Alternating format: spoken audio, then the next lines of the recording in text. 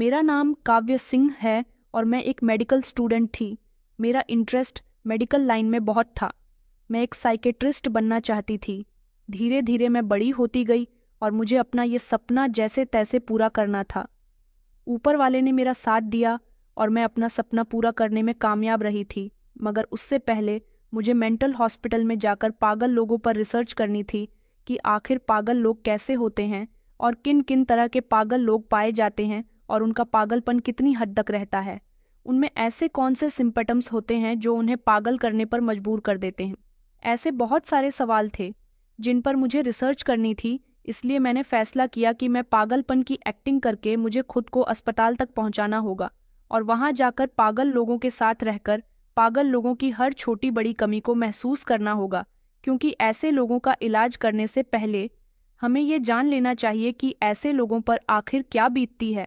मैंने अपनी एक दोस्त की मदद से एक प्लान बनाया, एक अच्छा और एक कामयाब डॉक्टर बनने के लिए। मैंने अस्पताल के अंदर पागल बनकर दाखिल होने के लिए अपने एक दोस्त की मदद ली, जो कि इस अस्पताल में नर्स की नौकरी किया करती थी। उसने मेरी बहुत मदद की थी। उसने अस्पताल में मुझे दाखिल करवा दिया, मेरी पहचान छुपाई और उसने ही मुझे अपने अस्पताल में एडमिट करवाया था। डॉक्टर को मेरी सारी कंडीशंस बताई गई थीं। मैं पागल नहीं थी, मैं बिल्कुल नॉर्मल थी, मगर मुझे सिर्फ पागल लोगों के साथ रहना था और उनकी बीमारियों के बारे में परखना था। इसीलिए हॉस्पिटल के अंदर का सारा माहौल मेरी दोस्त ने संभाल लिया था। मेरी दोस्त का नाम अवंतिका था और मैं बड़ी खामोशी के साथ मेंटल हॉस्पिटल के अंदर मरीज बनकर दाखिल हो चुकी थी। मैंने अपनी हालत भी ऐसी बना ली थी कि हर कोई मुझे पागल समझे। अवंतिका ने मुझसे कहा भी था कि तुम किस तरह की पागलों जैसी हरकतें करती हो। मैंने कहा, अगर मुझे पागलों का डॉक्टर बनना है तो पागलों जैसी हरकतें तो करनी ही पड़ेंगी ना। मैं वैसे भी बचपन से ही उटपटांग हरकतें करती थी। मेरे पेरेंट्स भी मुझसे बहुत परेशान थे। मेरा हर काम करने का एक अलग ही तरीका होता था। मुझे खतरों से खेलना बहुत पसंद था। मैं अपनी ही जिंदगी में मग्न रहने वाली लड़की थी और आज तक ऐसी ही हूँ। कहते हैं कि जिंदगी में जब तक कोई रिस्क ना लिया जाए तब तक काम करने में मज़ा नहीं आता, और जिस काम में रिस्क होता है उसी काम में तो मज़ा होता है। कुछ लोग बड़े ही सिंपल तरीके से कामों को निपटाने में आसानी समझते हैं, लेकिन जो काम आसानी से होते हैं वो काम काम नहीं होते, बल्कि वो काम तो फॉर्मेलिटी के तहत पूरे किए जाते हैं। कुछ काम ऐसे होते हैं जिन्हें करने में मज़ा आना चाहिए। मैं अपनी ज़िंदगी के हर मोमेंट को अच्छी तरह से एंजॉय करती थी। बचपन से ही मैं पढ़ाई में भी बहुत अच्छी रही थी। मेरे पेरेंट्स मुझ पर गर्व करते थे और उन लोगों ने मेरी हर ख्वाहिश को पूरा किया था।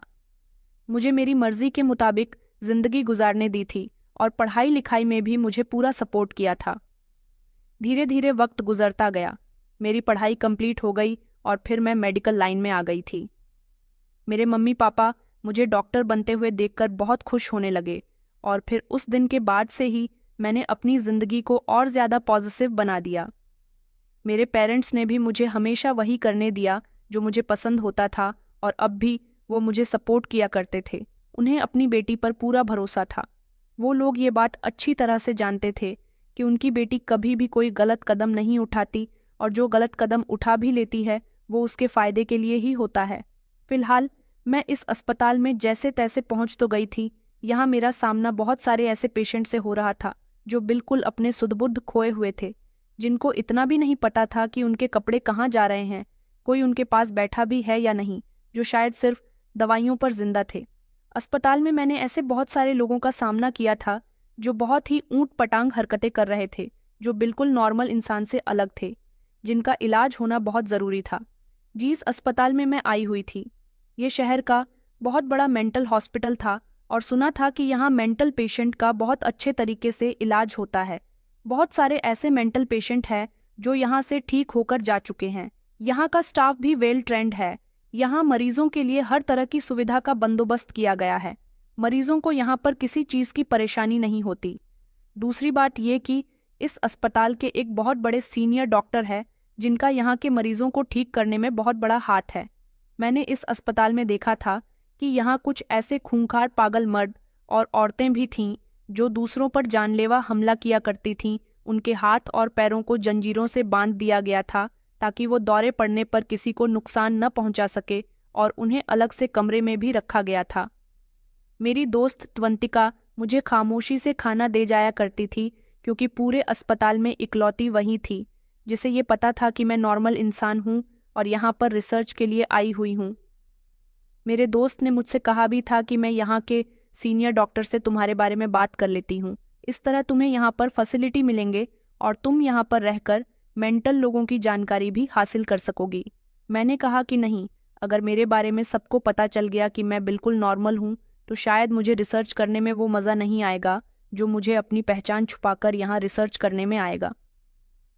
मेरी दोस्त भी मुझसे कहती थी कि यार सच में तुम बहुत ही अजीब लड़की हो, तुम हर काम को बड़े ही अटपटे तरीके से करती हो। मैं उसकी बातों पर हंस दिया करती थी। वो इस मेंटल हॉस्पिटल में लगभग 5 सालों से नर्स की नौकरी कर रही थी, इसलिए उसे यहाँ की एक एक चीज़ के बारे में अच्छे से पता था। मैं भी मेंटल लोगों के साथ रहती कुछ पागलपन वाली हरकतें भी करती थी, जिससे वहाँ के डॉक्टर्स, वहाँ का स्टाफ और वहाँ रहने वाले मेंटल पेशेंट्स को ये यकीन हो सके कि मैं भी पागल हूँ। मैंने खुद को वहीं के माहौल की तरह ढाल लिया था। मुझे मेंटल हॉस्पिटल में पागलों को देखकर इतनी सीख तो ज़रूर मिल गई थी कि इंसान ऐसे ही पागल नहीं होता। कुछ ऐसे भी पागल लोग इस दुनिया में मौजूद हैं जो किसी के धोखे पर, किसी की बेवफाई पर पागल होते हैं, और कुछ के साथ तो इतने भयानक हादसे हुए होते हैं जिनका दिमाग उन्हें मेंटल होने पर मजबूर कर देता है। कुछ हादसे उनकी ज़िंदगी में ऐसे भी हुए होते हैं जो उनके दिल और दिमाग पर गहरे सदमे पहुंचा देते हैं, जिन सदनों को वो अपने दिल और दिमाग से नहीं निकाल पाते, और फिर उनके दिमाग में कुछ भी सोचने समझने या फिर कुछ भी करने की क्षमता नहीं होती। ऐसे लोग बड़े ही बेबस और लाचार होते हैं। यहाँ पर रहते हुए बहुत सारे ऐसे पेशेंट मैंने देखे थे जिनके घरवाले उनसे मिलने के लिए आते थे। कोई किसी का बेटा था, कोई किसी की बेटी थी, कोई किसी की बहन थी, तो कोई किसी की माँ थी, तो कोई किसी का पिता था, या फिर कोई किसी की भाभी थी। अलग अलग रिश्तों में यहाँ बेड़ियों में मजबूरियाँ बंधी हुई थीं, न कि कोई पागल इंसान। ये मजबूरियाँ ही तो थीं जिन्होंने उनको बेड़ियों में कैद करके रखा हुआ था, ताकि वह अपनी मजबूरी की वजह से किसी को नुकसान न पहुंचा सके। भला कौन अपना ऐसा होता है जो किसी को तकलीफ में देखे? अपनों को तकलीफ में देखने वाले अपने कहाँ रह जाते हैं, वो तो फिर पराये हो जाते हैं। जो दूसरों को तकलीफ देने वाले लोग होते हैं वह कभी भी हमारे अपने नहीं होते। मैंने एक माँ को अपने बेटे के लिए तड़पता और बिलखता हुआ देखा था, जो हर दूसरे तीसरे दिन अपने बेटे से मिलने के लिए आई थी। उसके लिए उसकी पसंद की लड्डू लेकर आती थी। उसको देखकर मेरी आंखों में आंसू आ गए थे। यहाँ हर पेशेंट की अपनी एक अलग ही कहानी थी। कोई बचपन से ही एबनॉर्मल था, तो कोई बूढ़ा होने के बाद मेंटली डिस्टर्ब हो गया था। एक हफ्ते में ही मैं यहाँ पागल लोगों की काफ़ी सारी जानकारी इकट्ठी कर चुकी थी। यहाँ पर पेशेंट का ट्रीटमेंट अच्छी तरह से होता था, क्योंकि ये एक फेमस हॉस्पिटल था, इसलिए यहाँ पेशेंट के लिए अच्छी और महंगी दवाइयों का बंदोबस्त किया गया था। ऐसा मैं इसलिए जान गई थी क्योंकि यहाँ जितनी भी नर्स, वार्ड बॉय पेशेंट को दवाई देने आते थे, पेशेंट के इंजेक्शन लगाने आते थे, उन सारी ही दवाइयों पर मेरी नज़र रहती थी। ये हॉस्पिटल मेरी नज़र में एक अच्छा मेंटल हॉस्पिटल साबित हुआ था, क्योंकि यहाँ पर पेशेंट को ठीक करने के लिए डॉक्टर्स अपना बेस्ट दे रहे थे।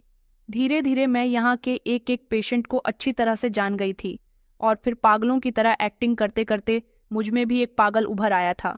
मेरे मम्मी पापा तो वैसे भी मुझे पागल ही कहा करते थे। उनका कहना था कि जैसे तुम खुद हो, जैसी तुम्हारी हरकतें हैं, मगर हर इंसान का अपना एक अलग पैशन होता है, अपना एक शौक होता है, और मेरा शौक भी कुछ हटके ही था, और मेरे काम करने के तरीके भी कुछ हटके ही हुआ करते थे। इस अस्पताल के एक सीनियर डॉक्टर थे, डॉक्टर विकास वर्मा, जो काफ़ी फेमस डॉक्टर थे, और काफ़ी सारे पेशेंट उनके इलाज से ठीक हो चुके थे। मुझे ये बात अवंतिका ने ही बताई थी। अवंतिका तो मेरा वहाँ बहुत ख्याल रख रही थी। वहाँ का स्टाफ भी बहुत अच्छा था, लेकिन एक बात थी जो मुझे परेशान कर रही थी। वो ये थी, जब अगले दिन एक हफ्ते बाद मुझे अवंतिका ने दूसरे रूम में शिफ्ट कर दिया। वो इमरजेंसी वार्ड था, जिस रूम में मैं पहले ही शिफ्ट थी। वहाँ के पेशेंट के बारे में मैं जानकारी हासिल कर चुकी थी। मैं जब इस इमरजेंसी वार्ड में आई तो मैंने यहाँ भी कुछ ऐसे पेशेंट देखे थे जो मेंटल होने के साथ साथ बहुत सारी दिमागी बीमारियों से भी जूझ रहे थे। मगर यहाँ एक ऐसी लड़की थी जो ज़्यादातर बिस्तर पर लेटी रहती थी। उससे कोई बात नहीं करता था, बल्कि वो भी किसी से बात नहीं करती थी। मुझे ऐसा लगता था जैसे उसे नींद की डोज दिए जा रहे हैं, क्योंकि मेरे सामने तक तो कोई डॉक्टर उसका चेकअप करने के लिए नहीं आया था। बस एक दो नर्स आ जाती थी और उसको इंजेक्शन देकर चली जाती थी। इस दिन ना जाने की वो मुझे उस लड़की पर शक होने लगा, क्योंकि वो ज्यादातर नींद में ही रहती थी, कभी कभी ही होश में आया करती थी। रात को भी मेरी नजरें उस पर रहती थी और दिन के समय तो हर पेशेंट कोई ना कोई हरकत करता रहता था। एक वही अकेली ऐसी लड़की थी जो दिन में किसी किसी समय होश में आती थी। अभी तक मैंने देखा था कि उसका कोई रिश्तेदार उससे मिलने भी नहीं आया था और ना ही उसे खाना दिया जा रहा था। एक दिन मैंने अवंतिका से उस लड़की के बारे में पूछा। मैंने कहा, अवंतिका, ये लड़की कौन है? ना तो इसका कोई रिश्तेदार इससे मिलने आता है और ना ही इससे यहाँ का कोई स्टाफ बातचीत करता है। न ये लड़की खुद किसी से कोई बातचीत करती है। ऐसा लगता है जैसे सारा दिन ये नींद में रहती है। अवंतिका ने मुझसे कहा कि तुम इस लड़की पर ध्यान नहीं दो। सुना है कि ये लड़की बहुत अजीब हरकतें करती है, इसलिए डॉ वर्मा ने ज्यादातर इसे बेहोश रखने के लिए ही कहा है। मैंने कहा, ऐसा क्यों? तो वो कहने लगी कि मैं इस लड़की के बारे में ज्यादा कुछ तो नहीं जानती, मगर सुना है कि इसका केस डॉक्टर विकास वर्मा के हाथ में ही है। अवंतिका मुझे उस लड़की के बारे में सिर्फ इतना ही बता पाई थी। वो लड़की कम उम्र की खूबसूरत लड़की थी। ना जाने क्यों मुझे उससे हमदर्दी होने लगी। मेरा दिल उसकी तरफ कायल होने लगा था, इसलिए मैं एक दिन उसको होश में आता हुआ देखकर उसके पास जाकर बैठ गई। मैंने उसे गौर से देखा तो उसकी आंखों के नीचे काले घेरे बने हुए थे। इतनी कम उम्र में भला उसे ऐसी भी क्या बीमारी हो सकती है जिसकी वजह से वो यहाँ तक पहुँच गई? ना जाने कि उसके बारे में मुझे सब कुछ जानना था। उसने जब मुझे अपने पास बैठा हुआ देखा तो वो कहने लगी कि कौन हो तुम? मैंने कहा, मैं भी यहाँ तुम्हारी तरह एक पेशेंट हूँ। मेरा भी यहाँ पर इलाज चल रहा है। तुम्हें क्या हुआ है? वो मुझे देखकर हंसने लगी और धीरे से अपना मुंह मेरे कान के करीब लेकर आई और कहने लगी, ना तो मैं पागल हूँ और ना ही मेरा यहाँ इलाज चल रहा है। उसने जिस तरह सरगोशी में मुझे ये बात बताई थी, ये बात मेरे लिए बड़ी ही अजीब थी। मैंने चौंक कर उसे देखा। अभी मैं उससे और कुछ पूछती, इतने में ही नर्स वहां पर आ गई और उसने मुझे मेरे बेड पर जाने के लिए कहा। वो मुझ पर चिल्लाने लगी, कहने लगी, जाओ अपने बेड पर जाकर बैठो। मगर उसी समय मैंने पागल होने की एक्टिंग शुरू कर दी। मैं वहीं खड़ी रही, अपना सर खुजाती रही। उस नर्स ने जल्दी से सिरिंज में इंजेक्शन भरना शुरू किया। मैंने जड़ से इंजेक्शन का नाम पढ़ लिया था। उसने वो इंजेक्शन उस लड़की के बाजू में लगा दिया और फिर उसे लेटने के लिए कहा। वो लड़की फिर से लेट गई, लेकिन जैसे ही उसने पलटकर मुझे देखा, उसने फिर से मुझ पर डांट लगाई और मुझे मेरे बेड पर जाने के लिए कहा। मैं फौरन ही अपने बेड पर आकर लेट गई थी। मुझे लगा जरूर इस लड़की के साथ कुछ न कुछ गड़बड़ है, क्योंकि इस नर्स ने जो इस लड़की को इंजेक्शन लगाया था वो आम तौर पर पेशेंट को बेहोश करने के लिए दिया जाता है। वो नशे का इंजेक्शन था और मैंने ज्यादातर देखा था कि इस पेशेंट को इंजेक्शन ही दिए जाते थे। फिर उसके बाद वो लड़की काफी समय तक सोती रहती थी। मैंने अवंतिका को बता दिया था कि इस लड़की को नशे के इंजेक्शन दिए जा रहे हैं ताकि वो बेहोश रहे। मेरी बात सुनकर अवंतिका कहने लगी कि मैंने तुमसे कितनी बार बोला है, तुम अपना काम करने आई हो तो अपने काम पर ध्यान दो। ये पेशेंट डॉ वर्मा की कोई खास पेशेंट है, इसीलिए इसको वही दवाइयाँ लगती है जो स्टाफ को डॉ वर्मा बताते हैं। मैंने कहा कि अच्छा, तुम्हें ज्यादा नाराज होने की जरूरत नहीं है। मैं तो बस ऐसे ही पूछ रही थी, लेकिन फिर भी मेरी नज़र इस लड़की पर ही थी। अगली बार जब यह फिर से होश में आई तो मैं इसके पास चली गई थी, लेकिन इस बार रात के 2 बजे का समय हो रहा था। ज्यादातर सारे ही पेशेंट्स सोए हुए थे, मगर मैं जाग रही थी। ये लड़की जब सोकर उठी तो काफी देर तक बिस्तर पर बैठी रही थी।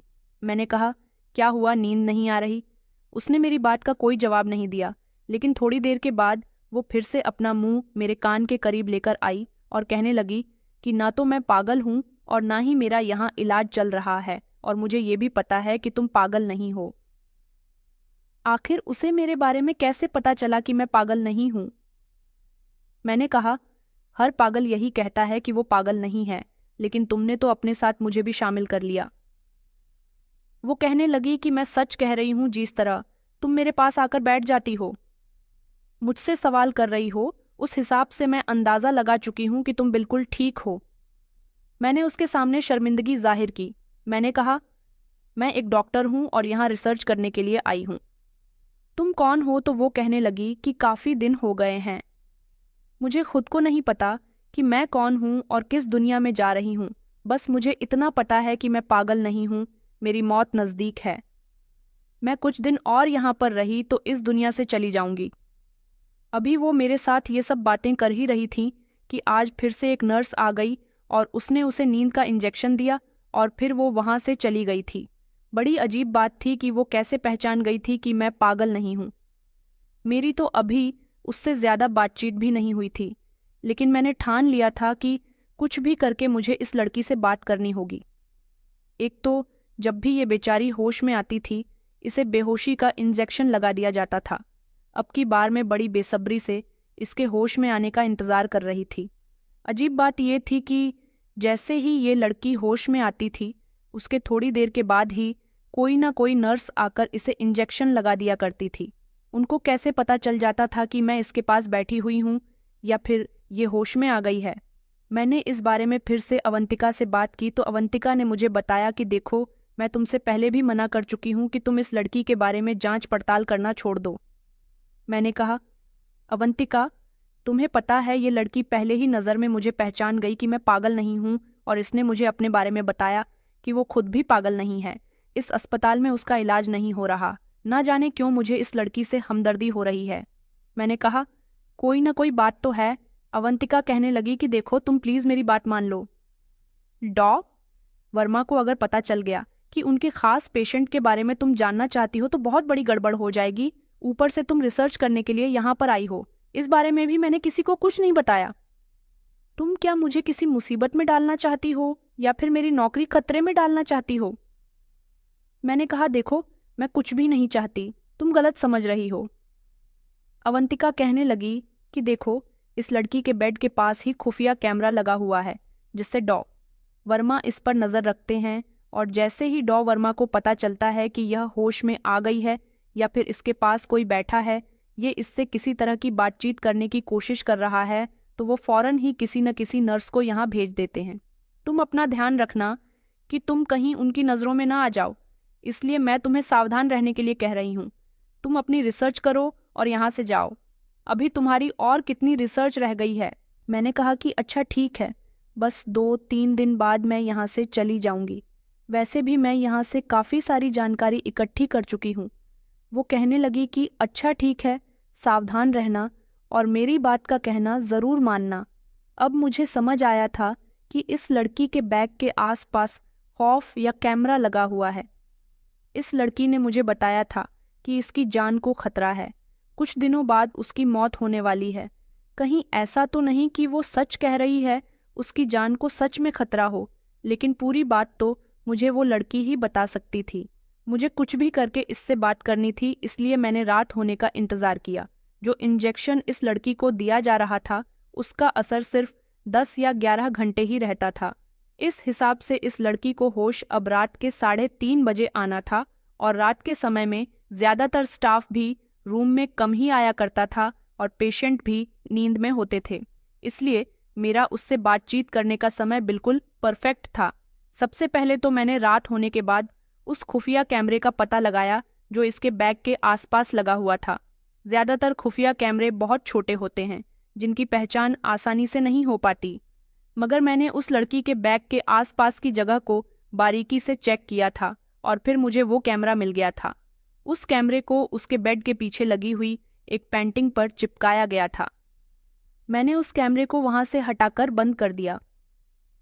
कुछ समय बाद वो लड़की होश में आई तो मैंने उसे संभालना और उससे बात करने की कोशिश की। मैंने उससे कहा कि देखो, मुझे पता है कि तुम्हें बेहोश करने का इंजेक्शन दिया जाता है और तुम ज़्यादातर बेहोश भी रहती हो। मैं तुमसे बात करना चाहती हूँ। आखिर क्या बात है ऐसी जो तुम्हारे साथ ये सब हो रहा है? उसने कहा, क्या तुम मेरे बारे में सब कुछ जानना चाहती हो? मैंने कहा, हाँ, मैं जानना चाहती हूँ कि आखिर तुम यहाँ क्यों और कैसे आई हो और तुमने मुझे कैसे पहचान लिया कि मैं पागल नहीं हूँ। तब वो कहने लगी कि पागल इंसान तो पागल ही होता है, उसे अपना होश कहाँ होता है। लेकिन तुम्हें इतना होश था कि तुम यहाँ मेरे पास बैठकर मुझसे सवाल करने आई। मैं तभी समझ गई थी कि तुम पागल नहीं हो, क्योंकि तुम्हारे अलावा यहाँ मुझसे किसी ने भी अभी तक बात करने की कोशिश नहीं की है, और ना ही मेरी परेशानी का किसी ने अंदाज़ा लगाया। वो अभी भी मुझसे बात कर रही थी और इधर उधर देख रही थी। मैं समझ गई थी। मैंने कहा, तुम आराम से मेरे साथ बातचीत कर सकती हो, क्योंकि अब किसी को नहीं पता चलेगा कि तुम जाग रही हो। मैंने वो फोफिया कैमरा यहाँ से हटा दिया है और दरवाजे पर मेरी नज़रें टिक्की हुई हैं। जैसे ही लगेगा कि कोई आने वाला है तो तुम सोने की एक्टिंग कर लेना। वो कहने लगी कि अच्छा ठीक है। फिर वो मुझे अपने बीते हुए कल में ले गई।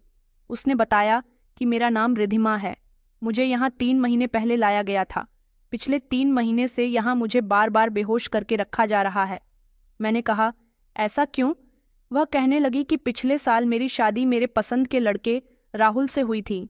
राहुल से मैं बहुत प्यार करती थी। राहुल भी मुझसे बहुत प्यार करता था। मेरी और राहुल की मुलाकात सोशल मीडिया पर हुई थी। हम दोनों एक दूसरे के लिए पूरी तरह से अनजान थे, लेकिन फिर उसके बाद हम दोनों की चैटिंग होती रही और फिर हमारी फ़ोन पर बात हुई। फ़ोन पर बात होते होते हमें पता चला कि हम दोनों तो एक ही शहर के रहने वाले हैं। उसके बाद हम दोनों ने एक दूसरे के साथ मुलाकात की। राहुल एक अमीर परिवार का लड़का था, जबकि मैं एक गरीब परिवार की लड़की हूँ। फिर उसके बाद हम दोनों की मोहब्बत का सिलसिला बढ़ता चला गया। कुछ समय के बाद राहुल ने मुझसे कहा कि वो मुझसे शादी करना चाहता है। उसने अपने घर पर मेरे बारे में बात की, मगर उसके घर वाले मुझ जैसी गरीब लड़की को अपने घर की बहू बनाने के लिए तैयार नहीं थे। उन्होंने राहुल से साफ इनकार कर दिया कि वो मेरे घर रिश्ता लेकर नहीं आएंगे। राहुल अपने घर का सबसे छोटा बेटा था, इसलिए बहुत जिद्दी था। वो मुझसे अलग नहीं होना चाहता था। हम 6 बहनें थीं, हमारा कोई भाई नहीं था। पिता बीमार रहते थे और माँ इस दुनिया में नहीं थी। पिता मेहनत मजदूरी करके अपनी 6 बेटियों का पेट पाल रहे थे। भले ही हम गरीब लोग थे, मगर इज्जतदार थे। जब राहुल ने अपने माता पिता के आगे बहुत जिद की तो उसके पेरेंट्स हार मान गए थे और उन्होंने मुझे अपने घर की बहू बनाने का फैसला कर लिया था, सिर्फ अपने बेटे की जिद की खातिर। लेकिन राहुल अभी तक अपने पिता की कमाई खा रहा था। वो कोई काम धंधा नहीं करता था। उसके पिता ने उससे वादा लिया था कि शादी के बाद तुम मेरा बिजनेस संभालोगे, तभी मैं तुम्हारी शादी इस लड़की के साथ करवाऊंगा। राहुल खुशी खुशी अपने पिता की शर्त को मान गया था। उसकी शादी मेरे साथ हो गई। मुझे लगता था कि मेरी जिंदगी में अब खुशियां ही खुशियां आ जाएंगी, क्योंकि मुझे मेरा मनपसंद शख्स मिल गया है। लेकिन मैं ये नहीं जानती थी कि मेरी जिंदगी से सुकून नाम का शब्द ही अब खत्म होने वाला है। मेरी शादी का 1 हफ्ता बहुत अच्छा गुजरा था, लेकिन 1 हफ्ता पूरा होते ही मेरे ससुर ने राहुल को न्यूयॉर्क भेज दिया, क्योंकि वहाँ उनका बिजनेस था। उन्होंने कहा कि मेरा वहाँ का बिजनेस तुम्हें संभालना है। राहुल ने अपने पिता से वादा किया था कि वो उनका बिजनेस संभालेगा, इसलिए उसके पिता को जैसा कहना था उसे वैसा ही करना था। मगर मुझे ये नहीं पता था कि वो राहुल को न्यूयॉर्क अकेले ही भेज रहे हैं। राहुल ने कहा था कि मैं रिधिमा को अपने साथ लेकर जाऊंगा, लेकिन मेरे ससुर ने कहा कि बेटा, वहां बहू का क्या काम है। उन्होंने बड़े प्यार से राहुल को वहां से भेज दिया था, लेकिन उसके बाद वहां से उन्होंने राहुल को काम में इतना उलझा दिया कि राहुल यहाँ आने के बारे में जब भी सोचता, वो लोग उसे यहाँ आने से इनकार कर दिया करते थे। उसके न्यूयॉर्क जाने से मेरे और राहुल के बीच में दूरियां आ गई थीं। वो लोग ऐसा ही तो चाहते थे। मेरी सास और नंद दोनों ने राहुल के जाने के बाद मेरा जीना दुश्वार कर दिया था। मेरी ससुराल वालों को लगता था कि मैं गंदगी हूँ। क्या गरीब लोग गंदगी होते हैं? वो लोग मुझे गंदगी समझने लगे थे, जो अब उनके घर में आ गई थी। वो लोग मुझसे बहुत दूर दूर रहते थे। उनका कहना था कि हमारे बेटे को तुमने अपने प्यार के जाल में फंसाया है। गरीब हो, फिर भी सोशल मीडिया का इस्तेमाल करके हमारे बेटे को फंसा लिया। हमारा बेटा अमीर था ना, तुम्हें सारी जिंदगी का ऐश देता, इसलिए तुमने ऐसा किया। मगर उन्हें कौन बताता कि उनके बेटे से मुझे सच में मोहब्बत हो गई थी। हम 6 बहनें घर में अकेली रहती थीं। हमें मोबाइल की ज़रूरत थी और पापा देर रात को घर में काम से वापस आते थे, इसलिए उनको भी हमारी फिक्र लगी रहती थी। तो पापा ने हम 6 बहनों को एक मोबाइल लेकर दे दिया था। हमारे साथ की सहेलियां सोशल मीडिया का इस्तेमाल करती थीं, इसलिए मुझे भी शौक चढ़ा कि मुझे भी सोशल मीडिया का इस्तेमाल करना चाहिए। और फिर सोशल मीडिया इस्तेमाल करते करते मेरी बातचीत कब राहुल से शुरू हो गई मुझे कुछ पता ही नहीं चला। मेरे ससुराल वालों को लगता था कि मैं दौलत की खातिर उनके बेटे के पीछे पड़ गई हूँ। राहुल के जाने के बाद उन्होंने मुझ पर जुल्म सितम की हद कर दी थी। मेरी नंद की शादी हो चुकी है, लेकिन फिर भी वो अपने मायके में पड़ी रहती है क्योंकि उसके ससुराल में उसके आगे पीछे कोई नहीं है। डॉक्टर वर्मा जो इस अस्पताल के सीनियर डॉक्टर है, वो मेरे नंदोई हैं और एक बहुत अमीर इंसान है। डॉक्टर वर्मा जो कुछ भी है मेरे ससुराल वालों की वजह से ही है, इसीलिए वो हमेशा अपने ससुराल वालों के तलवे चाटता रहता है। मेरी सास चाहती थी कि उनके बेटे की शादी भी किसी अमीर लड़की के साथ हो, जिससे उनके परिवार का नाम और ज्यादा ऊंचा हो, मगर उनके बेटे ने तो मुझ जैसी गरीब लड़की से शादी करके उनके परिवार का नाम डुबो दिया था। इसलिए वो लोग मुझसे बदला लेना चाहते थे, मुझे और राहुल को अलग कर देना चाहते थे। तभी तो उन्होंने बहाने से राहुल को न्यूयॉर्क भेज दिया और उसके जाने के बाद मेरे साथ जुल्मों के पहाड़ तोड़े। मेरी सास ने घर के सारे नौकरों को छुट्टी दे दी थी और घर का सारा काम मुझे करने के लिए कहा था। उस महल जैसे घर का काम करके मैं थक जाती थी और अधमरी हो जाती थी। उस पर मुझे खाना भी नहीं दिया जाता था। सारा दिन मैं भूख की प्यासी रहकर काम किया करती थी। मुझसे इतने गंदे गंदे काम भी करवाए जाते थे जो कि मैंने कभी अपनी पूरी जिंदगी में नहीं किए थे। सारे ही कमरों के वॉशरूम मुझसे साफ करवाए जाते थे और जितना भी कूड़ा होता था वो सारा कूड़ा मुझे खुद मेरी सांस कूड़ा घर तक डालने के लिए कहती थी। मैं अपनी ससुराल वालों को खुश करने के लिए हर तरह से उनके बताए गए कामों को करती थी, मगर मुझे ये नहीं पता था कि वो लोग ये सारे काम सिर्फ मुझे तंग करने के लिए करवा रहे हैं ताकि मैं तंग आकर राहुल से रिश्ता खत्म कर दूं। मगर मैं राहुल को नहीं छोड़ सकती थी। उस घर में मैं रह रही थी, यही मेरे लिए बहुत था। मैं उनकी चालबाजी समझ गई थी। मैंने सोच लिया था कि मैं इस घर को और राहुल को छोड़कर कहीं भी नहीं जाऊंगी। मैंने राहुल से कई बार बातचीत करने की कोशिश की, लेकिन मैं हर बार नाकामयाब रही। मेरी सास और ननद मुझे हमेशा गरीब होने के ताने दिया करती थीं। ससुर को तो मैं बिल्कुल भी पसंद नहीं थी। वो हमेशा यही कहते रहते थे कि जल्द से जल्द इस गंदगी को मेरे बेटे की जिंदगी से निकाल दो। सास तो कई बार मुझ पर हाथ भी उठा चुकी थी। मैं घर के काम सारा दिन ऐसे करती थी जैसे कोई मशीन हो। अगर काम करते करते मैं 5 मिनट आराम भी कर लिया करती थी तो वो मुझे बालों से पकड़कर मारा करती थी और कहती थी कि तुम जिस दुनिया से आई हो वहां पर तो ये सारे काम करना तुम्हारे लिए मामूली सी बात है। तो फिर हमारे घर में तुमसे ये काम क्यों नहीं हो रहे? तुमने क्या सोचा था कि शादी के बाद तुम यहाँ आराम की जिंदगी गुजारोगी, हमारी तरह हमारी बराबरी करना चाहोगी? इसीलिए तो हमने अपने बेटे को भेज दिया। हम तुम्हारे मकसद को अच्छी तरह से समझ रहे हैं। तुम किस मकसद से यहाँ पर आई हो? हमारे घर में राज करना चाहती हो ना? हम तुम्हें कभी भी इस मकसद में कामयाब नहीं होने देंगे, बल्कि जल्द से जल्द अपने बेटे की जिंदगी से निकालकर तुम्हें फेंक देंगे। उसकी बेटी भी मुझ पर अपना हाथ साफ करती रहती थी। उसका जब दिल चाहता वो कोई भी चीज उठाकर मुझ पर वार कर दिया करती थी, क्योंकि उसे भी मैं बिल्कुल पसंद नहीं थी। उसने शुरू से ही अपनी नंद को मेरे पति के लिए सोचा हुआ था, मगर मेरे यहाँ आने के बाद उसको मुझ पर बहुत उत्साह आता था। मैंने कई बार उन लोगों से कहा था, मेरी राहुल से बात करवा दो, मेरे साथ ऐसा मत करो, मगर उन्होंने मेरी बात राहुल से नहीं करवाई और तो और राहुल से कह दिया कि तुम्हारी पत्नी मुंह उठाकर कभी भी घर से बाहर चली जाती है, हमसे किसी बात की कोई परमिशन नहीं लेती। राहुल ने कहा, मुझे रिधिमा से बात करनी है, मेरी रिधिमा से बात करवा दीजिए। वो मेरी आंखों के सामने ही बात कर रही होती थी और कहती थी कि वो घर में मौजूद नहीं है। क्या पता किससे मिलने के लिए गई हुई है। तुमने ना जाने कैसी लड़की से शादी कर ली है जो हमारी कोई बात ही नहीं सुनती। उन्होंने मेरे पति के दिल में मेरे खिलाफ जहर भरना शुरू कर दिया था, मगर मैं अपने पति को कैसे बताती कि मैं उसकी खातिर यहाँ क्या क्या कर रही थी। वो लोग जी तोड़ कोशिश कर रहे थे मैं उनकी हरकतों से तंग आकर ये घर छोड़कर चली जाऊं, लेकिन मुझे कुछ भी करके अपना रिश्ता खत्म नहीं करना था। एक दिन मैं अपने मायके चली गई। उन लोगों ने भले ही मुझ पर बहुत सारे जुल्म किए थे, लेकिन मेरे आने जाने पर कभी रोक टोक नहीं लगाई थी। वो लोग तो चाहते भी यही थे कि मैं इस घर से चली जाऊं। मैं जब अपने मायके गई तो मैंने अपनी बहन को अपनी ससुराल के बारे में सब कुछ बता दिया। मैंने सोचा कि मैं इस बारे में पापा से भी बात करूंगी ताकि वो मेरे सास ससुर से बात करे और मेरे और राहुल के रिश्ते को कायम करने में मेरी मदद करें। लेकिन मेरी बहन ने मुझे खामोश रहने के लिए कहा। वो कहने लगी कि तुम पागल हो गई हो। तुम्हें तो पता है ससुराल वाले अमीर हो या गरीब बहू को परेशान करते ही है। बहुत कम ऐसे ससुराल वाले होते हैं जो बहू को अपनी बेटी बनाकर ले जाते हैं। तुम्हारी तो मोहब्बत से शादी हुई है तो तुम अपने रिश्ते को निभाती क्यों नहीं हो?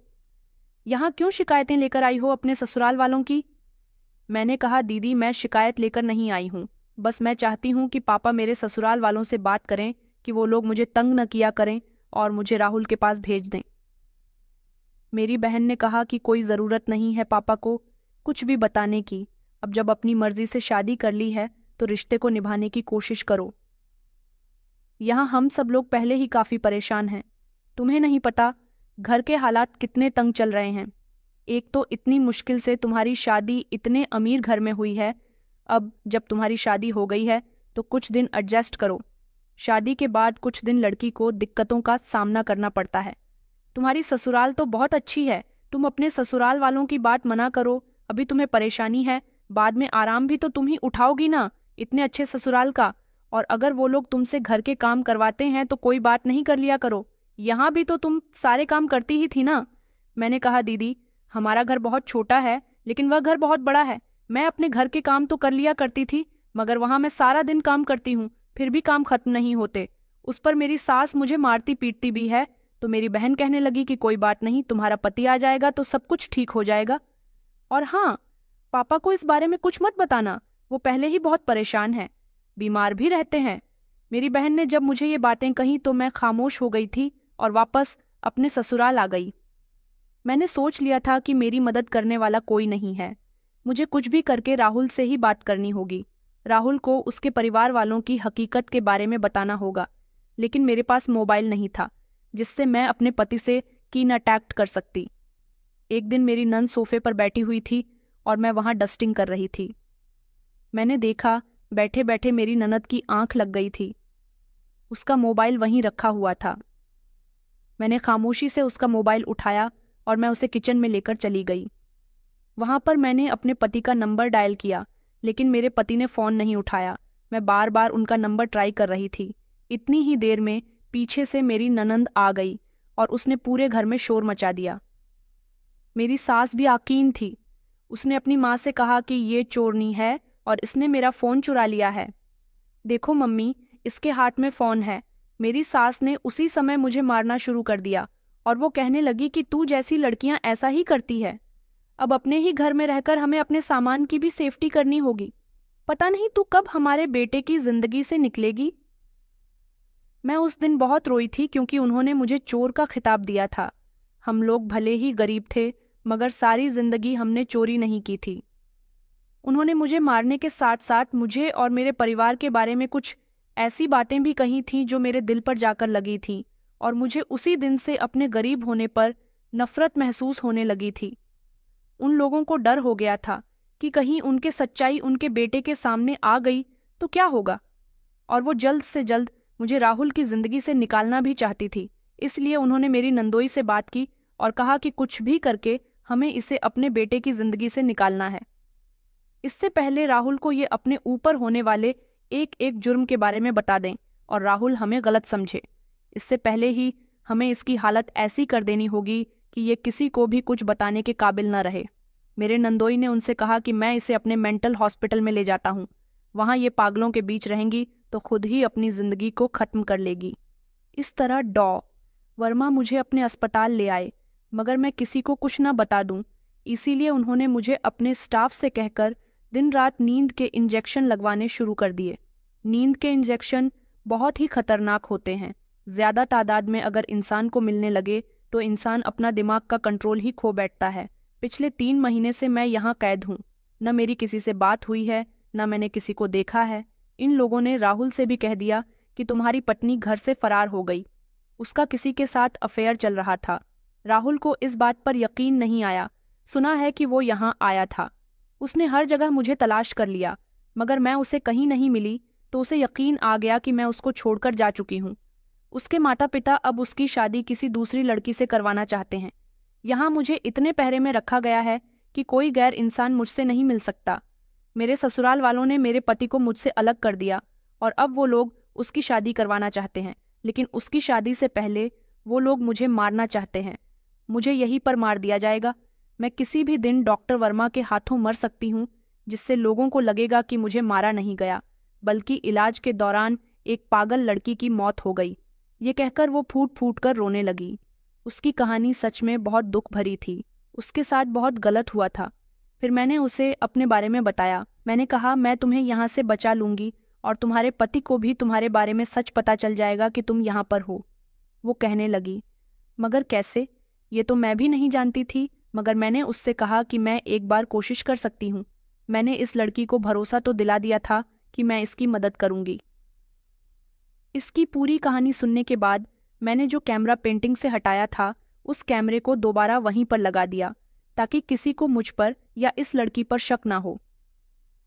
मैंने मौका देखकर डॉक्टर वर्मा पर नजर रखना शुरू कर दी थी, क्योंकि रिद्धिमा के ससुराल वालों की सच्चाई सामने लाने के लिए डॉक्टर वर्मा पर नजर रखनी बहुत जरूरी थी। मुझे यकीन नहीं आ रहा था कि एक डॉक्टर इतना समझदार और पढ़ा लिखा होते हुए किसी की बेटी के साथ ऐसा कर रहा था, जो खुद कितने गरीब लोगों का अब तक इलाज कर चुका है। भला वो अपने ससुराल वालों का साथ कैसे दे सकता है? मैंने रिद्धिमा की मदद करने की ठान ली थी। 2-3 दिन इसी तरह से गुजर गए थे, मगर मेरी कुछ समझ नहीं आ रहा था कि मैं क्या करूं। तभी एक दिन मैं डॉ वर्मा के केबिन के आगे से आ गई थी। मैंने देखा कि डॉक्टर वर्मा से एक औरत मिलने के लिए आई है। किसी को अभी तक ये बात नहीं पता थी कि मेरे पास मोबाइल है, क्योंकि मैं मोबाइल का इस्तेमाल यहाँ सबके सामने नहीं कर सकती थी। वो डॉ वर्मा से कह रही थी कि 2 दिन बाद राहुल की शादी है। अब काफी दिन हो गए हैं। तुम इस लड़की को अपने पास कैद किए हुए अब इसकी जिंदगी को खत्म कर दो। कहीं ऐसा ना हो कि ये यहाँ से भी भाग जाए। बड़ी मुश्किलों से राहुल शादी के लिए राजी हुआ है। अगर राहुल को भनक भी लग गई कि रिद्धिमा यहाँ पर है, तो तुम जानते हो ना कि क्या होगा। डॉ वर्मा कहने लगे कि अच्छा ठीक है, जल्द ही मैं उसका कोई बंदोबस्त करता हूँ। मुझे यकीन हो गया था कि ये औरत जरूर रिद्धिमा की सास है, इसलिए मैंने उन दोनों का वीडियो अपने फ़ोन में रिकॉर्ड कर लिया था। मगर जब मैं वीडियो रिकॉर्ड कर रही थी, तब अचानक पीछे से किसी ने मेरे कंधे पर हाथ रखा। मेरे तो पैरों तले से ज़मीन निकल गई थी कि आखिर कौन है जिसने मुझे देख लिया। लेकिन जैसे ही मैंने पीछे पलटकर देखा, तो मुझे सुकून की सांस आई थी। मेरे पीछे अवंतिका खड़ी हुई थी। अवंतिका कहने लगी कि तुम यहाँ पर क्या कर रही हो? चलो अपने कमरे में जाओ। तुम्हें यहाँ किसी ने इधर से उधर टहलते हुए देख लिया तो मेरे लिए बहुत बड़ी मुसीबत आ जाएगी। और तुमने अपना मोबाइल क्यों निकाला हुआ है? मैंने कहा, अवंतिका, मैं तुम्हें कुछ बताना चाहती हूँ, चलो मेरे साथ। मैं उसे लेकर वॉशरूम में आ गई थी, क्योंकि यहाँ से सेफ जगह उसकी और मेरी बातचीत करने की और कोई भी नहीं थी। मैंने कहा, अवंतिका, मेरी बात ध्यान से सुनो। बेड नंबर 104 वाली पेशेंट रिद्धिमा है ना? डॉ वर्मा उसके नंदोई है। रिद्धिमा ने मुझे कल रात अपनी पूरी स्टोरी बताई है। उस लड़की को डॉ वर्मा मारने वाले हैं, और काफी दिनों से वो उसे नींद के इंजेक्शन इसलिए दे रहे हैं कि वो यहाँ से भाग न सके और यहाँ पर कैद रहे। अवंतिका कहने लगी, तुम्हें मैंने मना किया था ना कि इन बातों से दूर रहो। मैंने कहा, देखो, हमारी वजह से किसी की जान बच सकती है। मैंने उसे अपने मोबाइल में रिकॉर्ड वो वीडियो दिखाया जिसमें डॉ वर्मा और उनकी सास आपस में बातें कर रहे थे। मैंने कहा, इस लड़की पर बहुत जुल्म हुए हैं। इस लड़की को इंसाफ दिलाने के लिए और इसके आरोपियों को सबके सामने लाने के लिए तुम्हें मेरी मदद करनी होगी। अवंतिका कहने लगी, यार, मुझे अपनी नौकरी की फिक्र है। मैंने कहा, कोई बात नहीं, मैं तुम्हें अपने हॉस्पिटल में नौकरी दिलवा दूंगी। तुम क्यों इतनी परेशान हो रही हो? लेकिन डॉ वर्मा अपने साले की पत्नी के साथ जो कर रहे हैं, वो सब भी तो दुनिया के सामने आना चाहिए ना। हमें उसकी मदद करनी होगी, उसे बचाना होगा और उसके ससुराल वालों का घिनौना सच दुनिया के सामने लाना होगा। अवंतिका कहने लगी, मगर तुम ऐसा कैसे करोगी? डॉ वर्मा बहुत ही अमीर इंसान है और उनके ससुराल वालों का उनके सर पर हाथ है। तुम नहीं जानती कि उनके ससुर शहर के कितने बड़े बिजनेसमैन हैं। औरत और उनके बड़े बड़े नेताओं से भी कांटेक्ट हैं। मैंने कहा, मैं सब कुछ जान गई हूँ। मुझे रिद्धिमा सब कुछ बता चुकी है। बस जैसा मैं तुमसे कहती हूँ तुम वैसा ही करो। और हाँ, अब मैं अपने असली रूप में आने वाली हूँ। मैंने अवंतिका से कहा था कि तुम मुझे रिद्धिमा का ब्लड सैंपल लाकर दो। उसने मुझे थोड़ी ही देर बाद रिद्धिमा का खामोशी से ब्लड सैंपल लाकर दे दिया था। उसका ब्लड सैंपल लेकर मैं लैब चली गई थी। कई दिनों बाद मैं हॉस्पिटल की जिंदगी से बाहर निकली थी, इसलिए मुझे बाहर जाकर बहुत अच्छा लग रहा था। मैंने रिद्धिमा की ब्लड टेस्ट रिपोर्ट करवाई और जब रिपोर्ट मेरे सामने आई तो उसमें साफ साफ ये बात जाहिर हो गई थी कि रिद्धिमा मेंटल नहीं है। इसके आधार पर नर्व और इम्यून सिस्टम से भी पता लगाया गया था कि वो मेंटल नहीं है। उसकी रिपोर्ट पूरी तरह से नॉर्मल थी, बस उसको बार बार नींद की दवाई देने से उसकी बॉडी का हार्मोनल सिस्टम बदल गया था और उसके अंदर कई सारी नई बीमारियों ने प्रवेश कर लिया था। उसके अंदर विटामिन की कमी भी हो गई थी और काफ़ी हद तक उसके शरीर में कमजोरी थी, जिसकी वजह से वो ज़्यादा चल फिर नहीं सकती थी। ये सब भी कुछ ब्लड टेस्ट की रिपोर्ट से साफ जाहिर हो गया था और ये सारे सबूत मेरे पास थे। मैं वो सारे सबूत लेकर जल्द ही पुलिस स्टेशन चली गई थी। मेरे पास वो वीडियो भी था जो मैंने रिकॉर्ड किया था और रिद्धिमा की ब्लड टेस्ट रिपोर्ट, जिसको देखने के बाद पुलिस वाले अस्पताल में छापा मारने के लिए चले गए थे और वहां जाकर उन्होंने रिद्धिमा को दूसरे अस्पताल में भर्ती करवाया, जबकि डॉ वर्मा को भी अरेस्ट कर लिया गया था। ये काम मैंने सिर्फ 6 घंटे में ही किया था। अगर मैं ज्यादा समय लगाती तो डॉ वर्मा किसी भी समय कोई ऐसी दवाई या इंजेक्शन रिद्धिमा को दे सकते थे जिसकी उसकी जान चली जाती। साथ ही साथ पुलिस ने रिद्धिमा के ससुराल वालों को भी अरेस्ट कर लिया और उसके पति को भी बातचीत के लिए बुलाया गया। पुलिस स्टेशन बुलवाने के बाद राहुल के सामने सारी सच्चाई खुलकर आ गई थी। रिद्धिमा दूसरे अस्पताल में एडमिट थी, जहां पर